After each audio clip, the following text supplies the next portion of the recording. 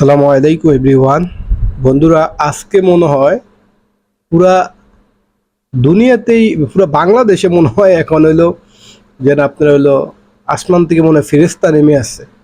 আজকে এশার নামাজ পড়তে গেছি মসজিদে, যা দেখি অনেক আগে, অনেক সব সময় যাই দেন 1 মিনিট 2 মিনিট আগে, যেহেতু আমার বাসার সাথে মসজিদ। আজকে একটু তাড়াতাড়ি বেরোছি 5-6 মিনিট আগে। রায়া তো দেখি আল্লাহু আকবার, মসজিদ নিচতলা দোতলা তিনতলা সব ভরপুর মানুষ আর মানুষ, সবকালে টুপি দেওয়ানো মাথায়। তাহলে এই মানুষগুলো অন্য সময় কোথায় ছিল? শুক্রবারও সেম, রাস্তাঘাট 5তলা 6তলা সব ভরপুর হয়ে যায় মসজিদে, কিন্তু অন্য সময় এই মানুষগুলা কোথায় থাকে? তার আল্লাহ তালা কি আজকেই শুধু নামাজ ফরজ করছে, নাকি শুধু শুক্রবারের দিনেই আল্লাহ তালা নামাজ ফরজ করছে? আল্লাহ তালা তো প্রতিদিন 5 ওয়াক্ত নামাজ ফরজ করছে। তাহলে আমরা মানুষ কেন বুঝি না?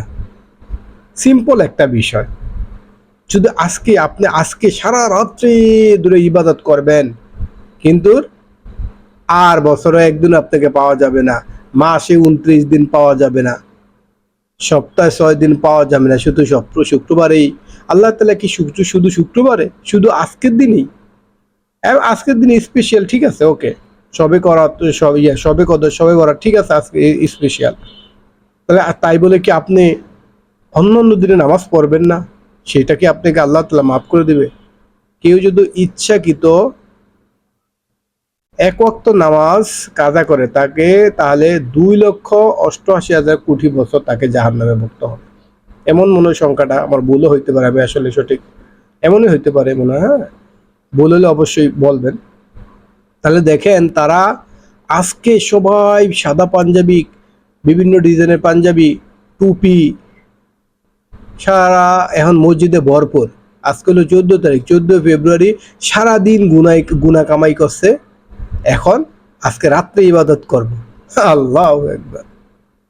হ্যাঁ, রাত্রে আস্তাগফিরুল্লাহ পড়বো, ইস্তিগফারে আমল করব, কারণ দিনে গুনাহ করছে।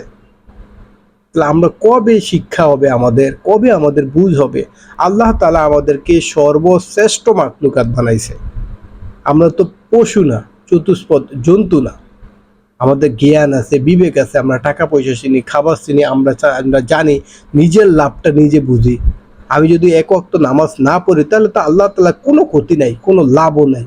এটা তো আমার নিজের, আমি পড়লেও আমার নিজের, না পড়লেও আমার নিজের।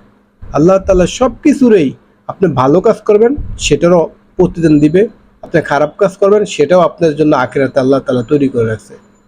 অনন্তকালে জাহান্নাম, অনন্তকালে জাহান্নাম, যা শুরু আছে শেষ নাই। এই দুনিয়া আখিরাত এমন, যা শুরু আছে শেষ নাই।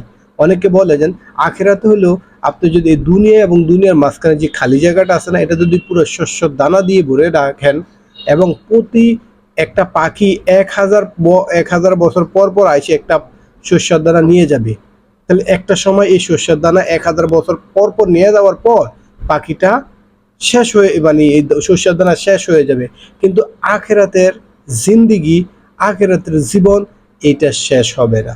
তাহলে কি অনন্তকাল, সেটা আমরা চিন্তা করি না। আমরা শুধু ওই স্পেশাল শুক্রবারে নামাজ পড়ি, সে মসজিদ 5তলা 6তলা 7তলা হইতেছে, 10তলা মসজিদ হইতেছে, লিফট লাগাইতেছে, কিন্তু আরে ভাই ফজরের সময় কোনো 2 কাতার 3 কাতার 5 কাতার নিচতলা ভরেও না। অনেক সময় এমন হইতেছে মুসল্লি কোনো জায়গায় মানে বিশাল বিশাল মসজিদ, কিন্তু মুসল্লি 1 কাতারও পড়ে না।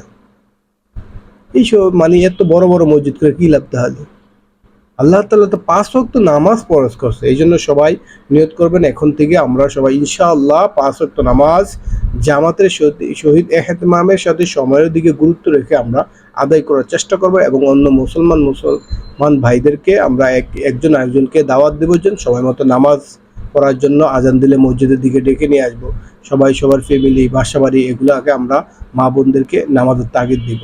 তাহলে সবাই ভালো থাকবেন, সুস্থ থাকবেন। আল্লাহ হাফেজ। আসসালামু আলাইকুম রহমতুল্লাহ।